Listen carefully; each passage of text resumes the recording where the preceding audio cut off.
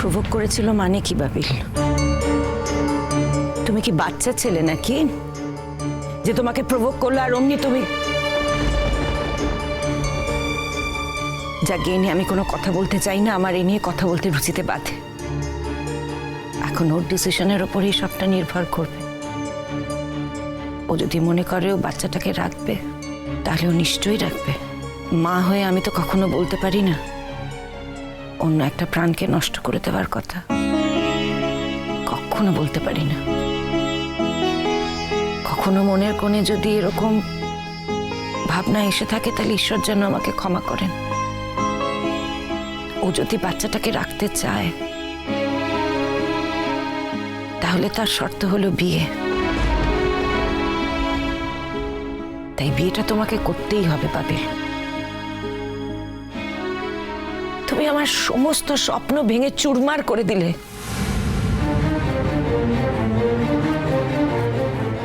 তুমি এইভাবে রিয়াক্ট করো না কাকিমা।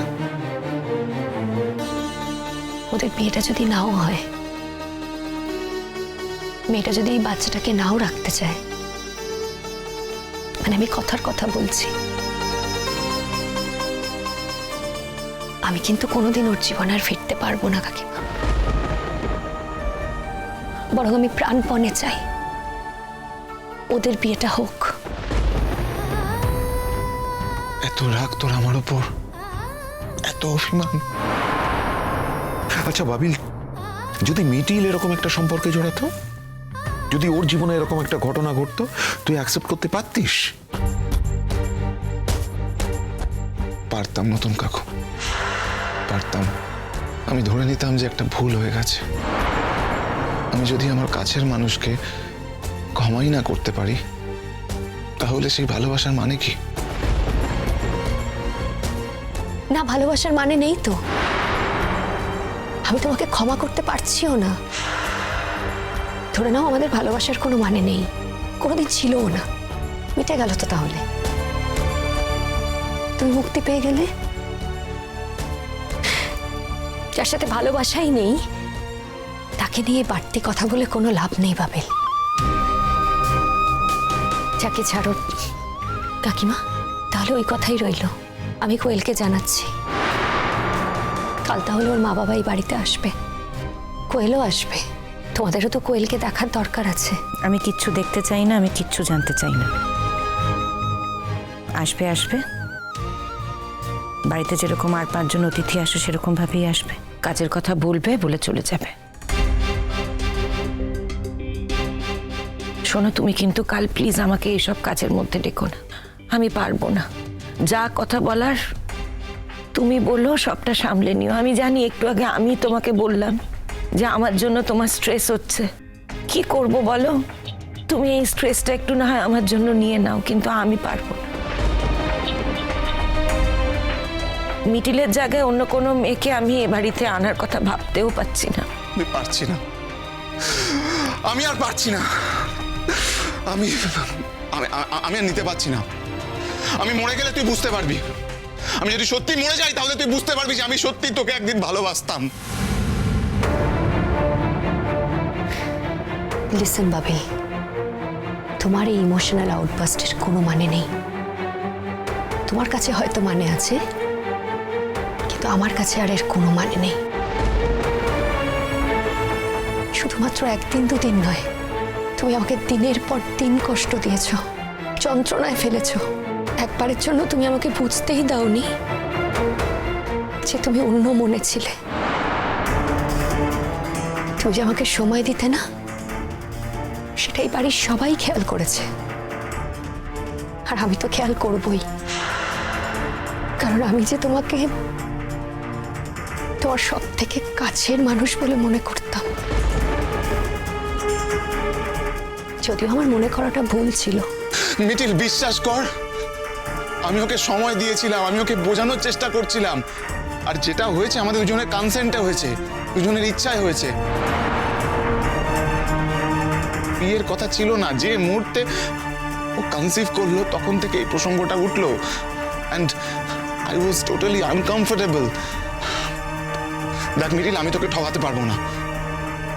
আমি এইভাবে তোকে ঠকাতে পারবো না।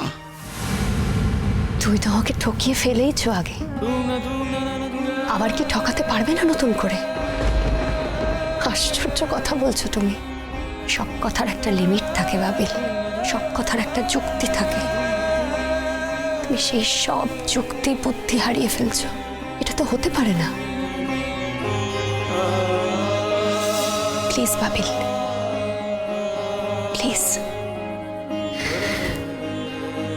আগে আর এই বিষয় নিয়ে কথা বলতে বলো না।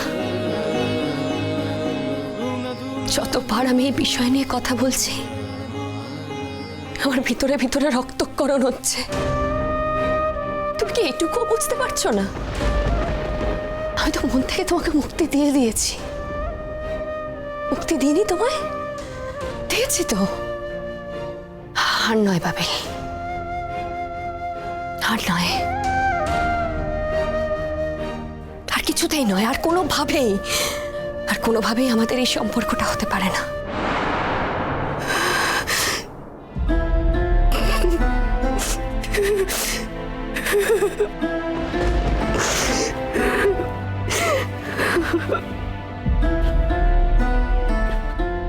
মিটিল মা, জানো তো, আমার যদি ক্ষমতা থাকতো না, আমি এই পুরো সময়টা, এই সমস্ত ঘটনা আমি তোমার জীবন থেকে ইরেজ করে দিতাম। আমি জানি তোমার মধ্যে কতটা রক্তক্ষরণ হচ্ছে, কতটা ট্রমার মধ্যে দিয়ে তুমি যাচ্ছ, তোমার সমস্ত স্বপ্ন কিভাবে। আমি জানি মা, আর কোনোদিন হয়তো তুমি কাউকে সেভাবে বিশ্বাস করতে পারবে না। I understand. তবু চেষ্টা করো, তবু চেষ্টা করো, তবু চেষ্টা করো।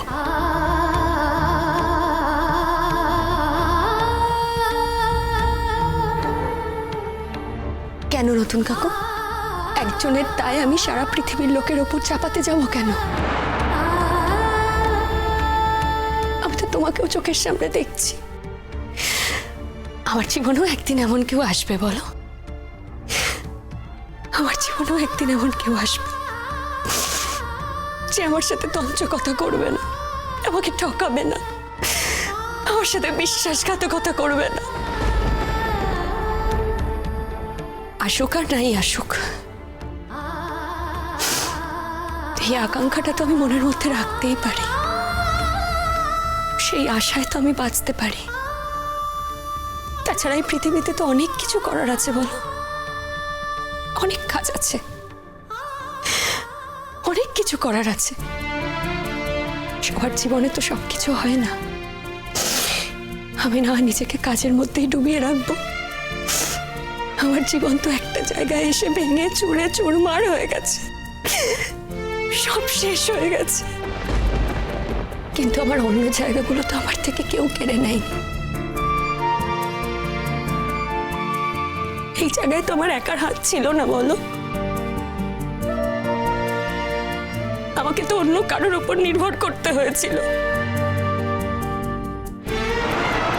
কিন্তু আমার কাজের জায়গাটা, আমার একার তৈরি করা, শুধু আমার একার তৈরি করা।